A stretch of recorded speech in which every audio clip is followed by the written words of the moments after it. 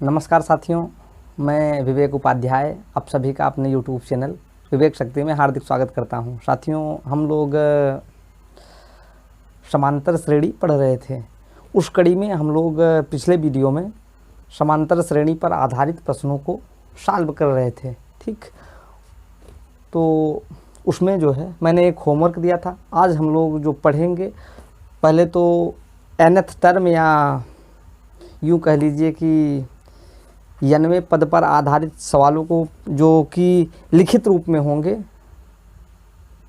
उसको सॉल्व करेंगे। तत्पश्चात हम लोग आगे आज n पदों के योगफल पर आधारित प्रश्नों को भी हल करेंगे। तो उसी कड़ी में आइए सबसे पहले जो है पहले सवाल को हल किया जाए। दिया है कि 3 पदों के AP का योगफल 21। AP का मतलब अरिथमेटिक प्रोग्रेशन यानी कि समांतर श्रेणी, ठीक, तथा इनके वर्गों का योगफल 165 है। तो सबसे बड़ी संख्या का मान ज्ञात कीजिए। मैं जाते जाते ये बताया था कि जब भी AP में जो है 3 पद मानने हो तो देखिए, मैं जैसे पहले को सॉल्व कर रहा हूँ तो मैंने बताया था कि 3 पद क्रमागत क्रमशः A माइनस डी, A और A प्लस डी, ये मतलब मान लिया हम लोगों ने, माना 3 पद जो है ये है। ठीक, अब देखिए यहाँ पर अगर आप घटाएंगे तो जो है सर्वांतर आपको D मिलेगा, ठीक ना, यानी कि ये पद हम लोग ऐसे मान सकते हैं। अब दिया क्या है कि इनका योगफल 21 है, इनको आप जोड़ दीजिए। A minus D plus A minus A plus D, ठीक, यही तो इनका योगफल 21 दिया। इसको सरल कर लीजिए। यहाँ से देखिए माइनस डी प्लस डी ये कैंसिल आउट होगा ना, और ये 3A इक्वल्स टू 21 होगा ना। तो यहाँ से A का मान कितना आएगा 21/3, ये बराबर किसके होगा 7 के होगा, ठीक है। यहाँ से A का मान हम लोगों को मिल गया। देखिए अगली जानकारी क्या दी गई है कि इनके वर्गों का योगफल 165 है। इनके वर्गों का योगफल यानी कि इन जो 3 पद हैं इनके वर्गों का योगफल। तो पहले इनका वर्ग कीजिए, यानी कि A माइनस डी का whole square plus A square plus A plus D का होल स्क्वायर। ये कितने का दिया है 165 के ना, ये कर दिया हम लोगों ने। अब इसका विस्तार कर दीजिए। ये A माइनस बी का होल स्क्वायर लिखा गया है तो ये क्या होता है A square plus B square minus 2AB ना, उसी से कर दीजिए। ये होगा A square plus D square minus 2AD ना, यही तो इसका विस्तार। और ये प्लस A स्क्वायर है ही, इसको इसका भी विस्तार कर दीजिए। Plus A square plus D square plus 2AD ना, ये बराबर 165 के, ठीक। तो यहाँ से देखिए minus 2AD plus 2AD cancel out हुआ ना, और यहाँ से ये A स्क्वायर ये A स्क्वायर और ये A स्क्वायर ये जुड़ जाएगा ना आपस में। 3A square plus D square यहाँ पर है, D स्क्वायर यहाँ पर है, प्लस 2D स्क्वायर, ये बराबर 165 के। हम लोग A का मान कितना निकालें 7। यहाँ पे A स्क्वायर है, A स्क्वायर का मान रख दीजिए 3 गुणे 7 का स्क्वायर ना, प्लस 2D स्क्वायर, ये बराबर 165। ये A का मान जो है यहाँ से 7 मिला है वही रखा गया है यहाँ पे, ठीक। इसको सरल कर दीजिए। 3 गुणे 49 ये प्लस 2D स्क्वायर, ये बराबर 165 के। तो यहाँ से देखिए, यहाँ से 2D स्क्वायर बराबर क्या होगा 165, और इसको इस तरफ लाएंगे तो ये माइनस हो जाएगा। 3 से गुणा कर दीजिए। 3 9 27, 3 चौक 12, 12 2 14 ना। देखिए 2D 165 में से 147 घटाएंगे कितना मिलेगा 47 3 50, यानी कि 18 मिलेगा ना, यानी 2D स्क्वायर बराबर 18। तो यहाँ से D स्क्वायर बराबर 18/9, 18/2 ना, इसका 2 का इधर गुणा हुआ है तो ये कितना होगा 9। यहाँ से D का मान कितना होगा, D बराबर D स्क्वायर बराबर 9 है तो D बराबर यहाँ पे कर D आएगी, और यानी कि D का मान कितना होगा, कर D से बाहर 3 आएगा ना, ये आंसर नहीं हुआ। यहाँ से D का मान मिल गया, A का मान मिल गया। पूछा क्या था, सबसे बड़ी संख्या का मान पूछा था, ठीक। तो हम लोग A और D का मान उठा के इसमें रख देंगे, ठीक। तो यहाँ से देखिए पहली संख्या क्या बनी, पहली संख्या A माइनस डी बनी ना, दूसरे इस केस से मैं लिख दे रहा हूँ। ए माइनस डी, ए कितना था 7 और डी कितना निकला 3 इधर से, यानी कि ए माइनस पहली संख्या क्या मिली 4, दूसरी संख्या ए यानी कि 7 और तीसरी संख्या ए प्लस डी, ए का मान 7 मिला था और डी का मान 3 मिला था, ये बराबर 10 के।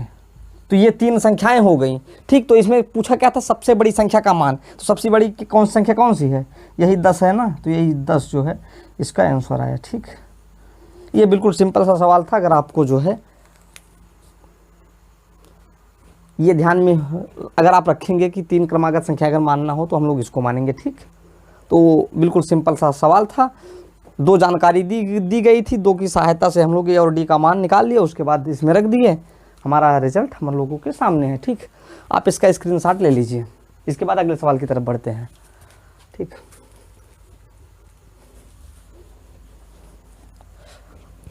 अब देखिए अगला सवाल क्या कह रहा है, देखिए कह रहा है कि एक बगीचे में पहली पंक्ति में 23 गुलाब लगे, यानी कि कोई बगीचा है और उसमें जो है बगीचे में गुलाब के फूल लगे हुए हैं, ठीक। तो कह रहा है कि पहली पंक्ति में क्या है 23 गुलाब लगे हुए हैं, 21 दूसरी पंक्ति में, 19 तीसरी पंक्ति में, इसी तरह से आगे की पंक्तियों में लगे हैं। तो अगर आखिरी पंक्ति में 5 गुलाब लगे हों तो बगीचे में कितनी पंक्तियां हैं। जैसे कुछ इस तरीके से समझिए, ये कोई बगीचा समझ लीजिए, ठीक, और ये पंक्तियां हो गई, ये समझ लीजिए कि ये पंक्तियां हैं कुछ, ठीक। अब इसमें कह क्या रहा है कि पहली पंक्ति में कितने गुलाब लगे हैं 23 गुलाब, यानी कि इस पंक्ति में 23 गुलाब के फूल लगे हुए हैं। अगली पंक्ति में क्या है 21 दूसरी पंक्ति में, जो दूसरी पंक्ति है यहाँ पे 21 गुलाब लगे हुए हैं। इसके बाद तीसरी पंक्ति में कितना लगा है 19 लगा है। इसी तरीके से आगे भी लगे हुए हैं, और जो है जो अंतिम पंक्ति है उसमें क्या लगे हैं, अंतिम पंक्ति में 5 गुलाब लगे हैं, यानी कि आखिरी वाले में 5 गुलाब लगा है। तो कह रहा है कि कितनी पंक्तियां हैं, ठीक। तो देखिए यहाँ से क्या, अगर पंक्तियों को देखा जाए तो पहली पंक्ति में 23 गुलाब, दूसरी पंक्ति में 21 गुलाब के फूल, उसके बाद 19 गुलाब के फूल, इसी तरीके से आगे जो आखिरी पंक्ति है वहाँ पे 5 गुलाब के फूल लगे हुए हैं, ठीक। तो आप याद कीजिए, मैंने पिछले वीडियो में बताया था कि यनवा पद बराबर अंतिम पद के ना, और यहाँ से देखिए यहाँ पे अंतिम पद को L से रिप्रेजेंट किया जाता है। अंतिम पद बराबर 5 है, और देखिए प्रथम पद क्या है, प्रथम पद 23 है। सर्वांतर देखिए, सर्वांतर कितने का है, अगले पद में से उसके जस्ट पिछले वाला पद घटा देंगे तो सर्वांतर निकल जाएगा। 19 में से अगर आप 21 घटाएंगे तो कितना आएगा -2 ना। देखिए 19 - 21 ये बराबर कितना होगा -2 के ना, या आप 21 में से 23 जब घटाएंगे तो -2 ही आएगा ना, ठीक। तो सर्वांतर -2, लास्ट पद 5 और फर्स्ट टर्म जो है वो 23, ठीक। तो यनवा पद का फार्मूला हम लोग क्या जानते हैं, यहाँ पे हमको पदों की यानी पंक्तियों की संख्या निकालनी है, ठीक।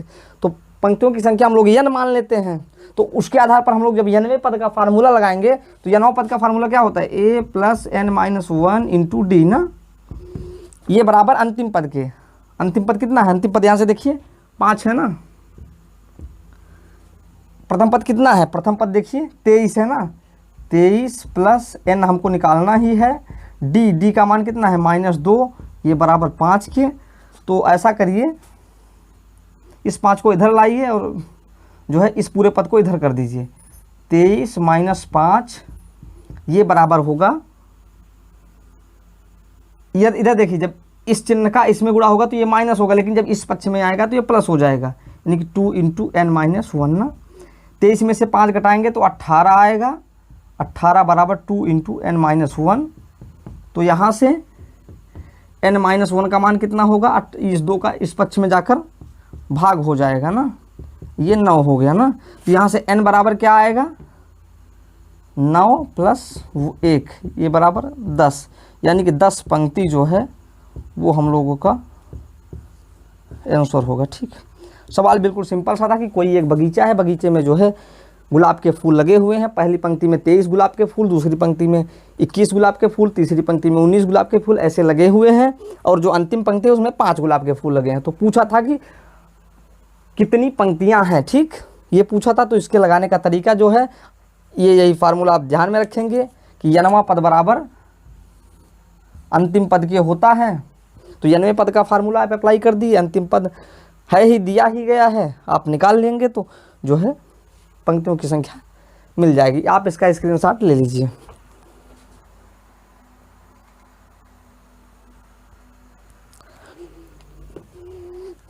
देखिए अगला सवाल है,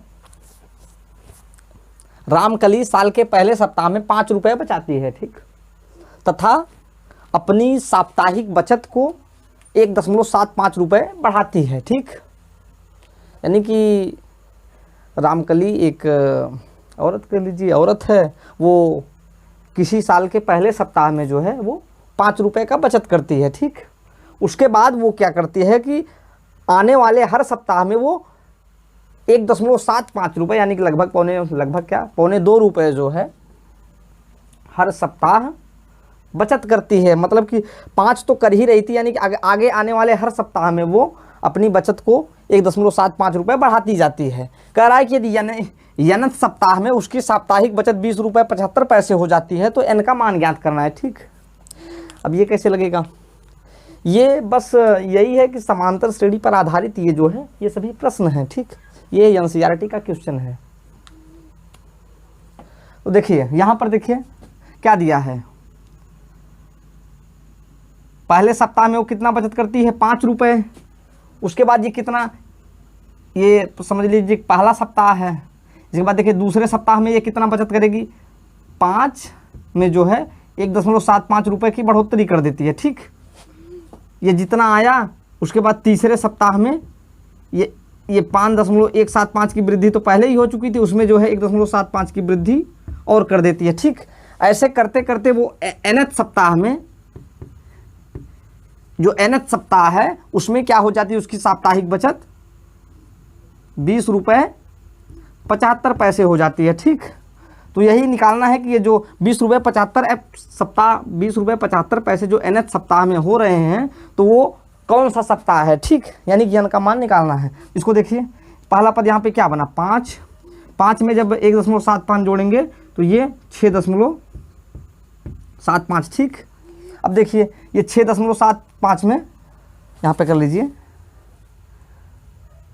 6.75 है, उसमें 1.75 और जोड़ दीजिए तो ये कितना हो जाएगा 5 5 10 7 7 14 1 15 6 1 7 1 8, ये हो जाएगा 8.50। इसी तरीके से बढ़ते बढ़ते 20.75 nth सप्ताह में, ठीक। अब यहाँ पर देखिए सर्वांतर कितने का है, वृद्धि कितने की हो रही है, यही 1.75 की ही तो वृद्धि हो रही है। यानी कि a का मान यहाँ पर कितना है 5 है, और d का मान कितना है, वृद्धि कितने की हो रही है हर सप्ताह 1.75 रुपये की। लास्ट टर्म या यनवा पद कह लीजिए वो कितना है, वो 20.75 है। अब जानकारी मिल गई है हमको इतनी कि हम लोग इसको जो है फार्मूले में रख के n का मान निकाल सकते हैं, ठीक। हम लोग पढ़े क्या है, यनवा पद या कह लीजिए कि अंतिम पद बराबर होता है a + n-1 इंटू डी के ना। अंतिम पद का मान कितना दिया गया है 20.75, ये बराबर है 5 धन इसके बाद n-1 इंटू डी का मान 1.75।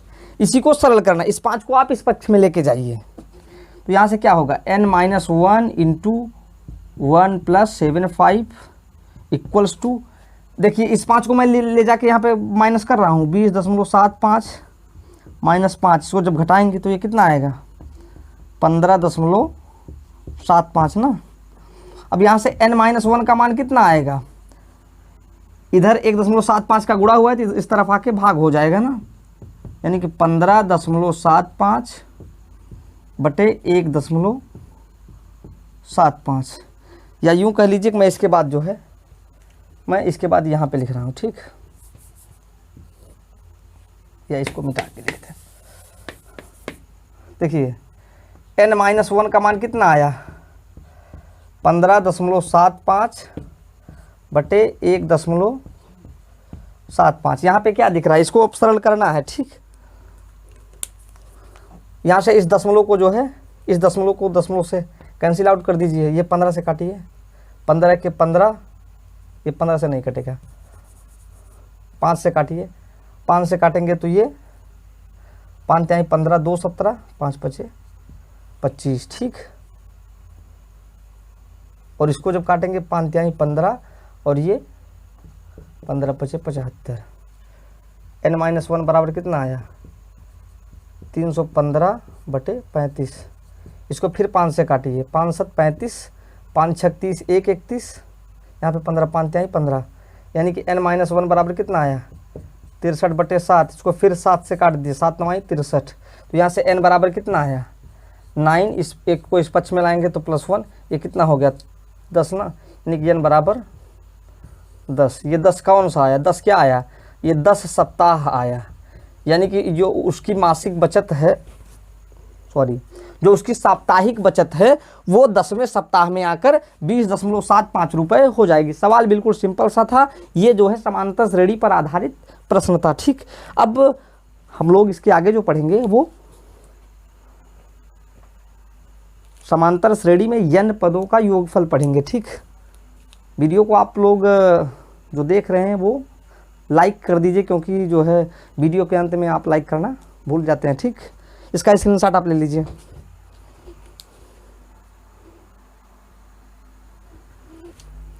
देखिए अब जो हमारा टॉपिक है वो समांतर श्रेणी के n पदों का योगफल है।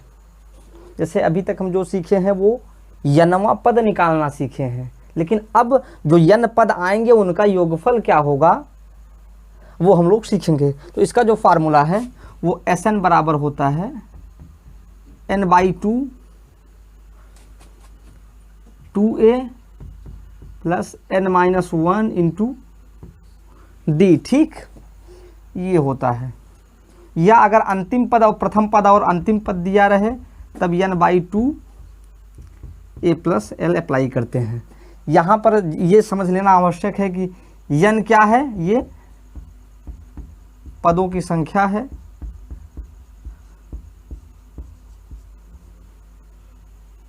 नंबर ऑफ टर्म्स, और a क्या है ये परिचित ही हैं आप लोग। n जो है फर्स्ट टर्म है यानी कि प्रथम पद है। d क्या है, सर्वांतर है यानी कॉमन डिफरेंस है। और जो l है वो क्या है, ये लास्ट टर्म यानी कि अंतिम पद है ना। ठीक, ये फार्मूला आप जहन में रखेंगे क्योंकि इसी पर आधारित हम लोग प्रश्नों को हल करेंगे। ठीक,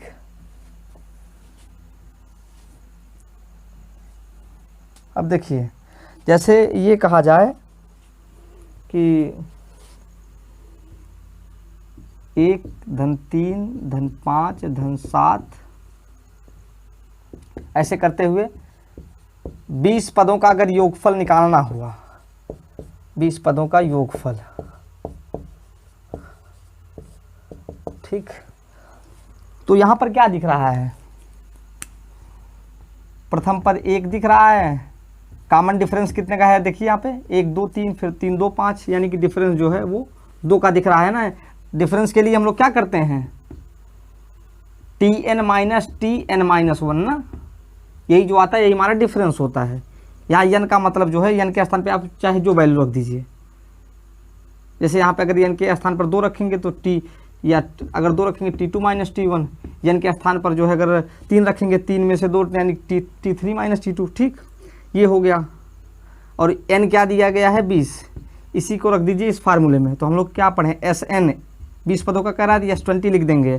कितने पद हैं 20, 20 बटे 2, और फिर इसके बाद जो है 2a, 2a का मतलब 2 इंटू 1 ना, इस फार्मूले में रख रहे हैं, प्लस n-1 यानी 20 माइनस 1, सर्वांतर कितने का 2 का। ठीक, तो S20 बराबर कितना हो गया 10 गुणे, या कोष्टक में कर दीजिए 2 1 के 2 धन 20 में से 1 19, 19 में 2 का गुणा करेंगे 19 दूना 38, 10 गुणे 38 2 40, यानी कितना आया, ये 400 आया। आप इसका जो है स्क्रीनशॉट ले लीजिए। जैसे अगले सवाल की तरफ बढ़ते हैं।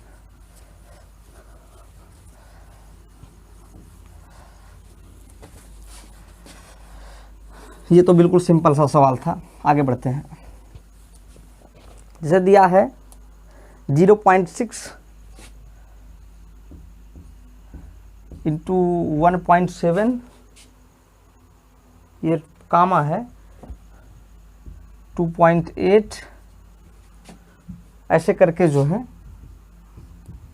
100 टर्म्स तक है, यानी कि 100 टर्म तक, यानी कि ये कोई सीरीज दी गई है, इसके जो है 100 पदों का योगफल पूछ रहा है। ठीक, तो इसमें हम लोग क्या करेंगे?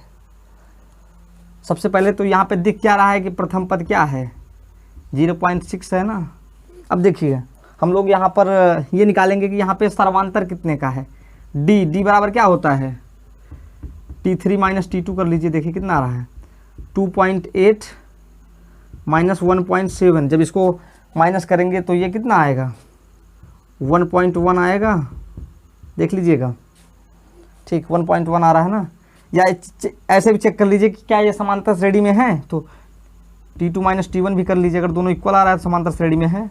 ठीक, तो T2 माइनस T1 करेंगे तो ये 1.7 माइनस 0.6, इसको भी जब सरल करेंगे तो ये 1.1 आएगा ना, यानी कि सर्वांतर यहाँ पर कितना आ रहा है, सर्वांतर जो है वो 1.1 का आ रहा है। ठीक, तो हम लोग फार्मूला क्या पढ़े हैं, SN ये बराबर होता है n/2 2a plus n-1 into D के ना।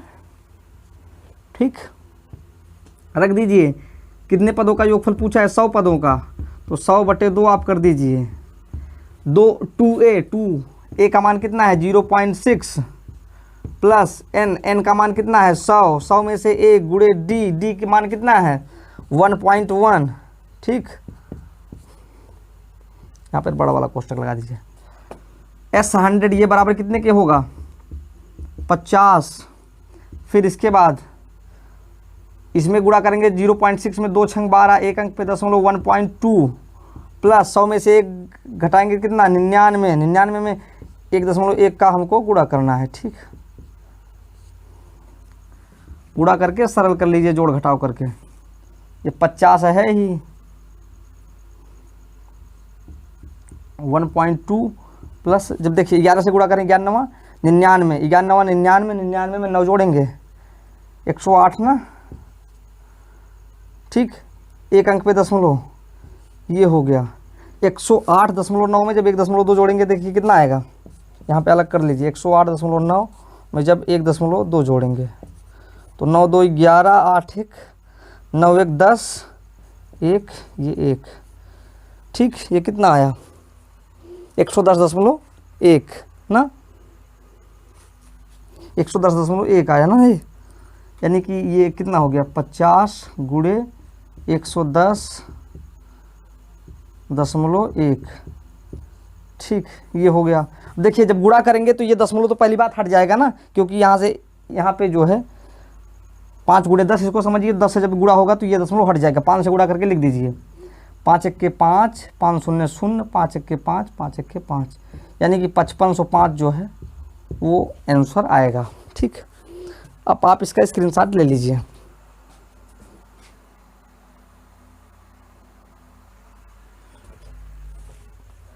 देखिए अब जो अगला सवाल है वो 1/15 1/12 1/10, इसमें जो है 11 पदों तक जो है योगफल निकालना है। ठीक, ये पहला सवाल है। दूसरा सवाल है, किसी समांतर श्रेणी में प्रथम पद दिया है 5, सर्वांतर दिया है 3 और an यानी कि यनवा पद जो है वो 50 दिया गया है, तो इसमें जो है n और sn दोनों का मान निकालना है। ठीक, n मतलब कि इसमें कितने पद हैं इस श्रेणी में, और n पदों का योगफल क्या होगा, इसको निकालना है।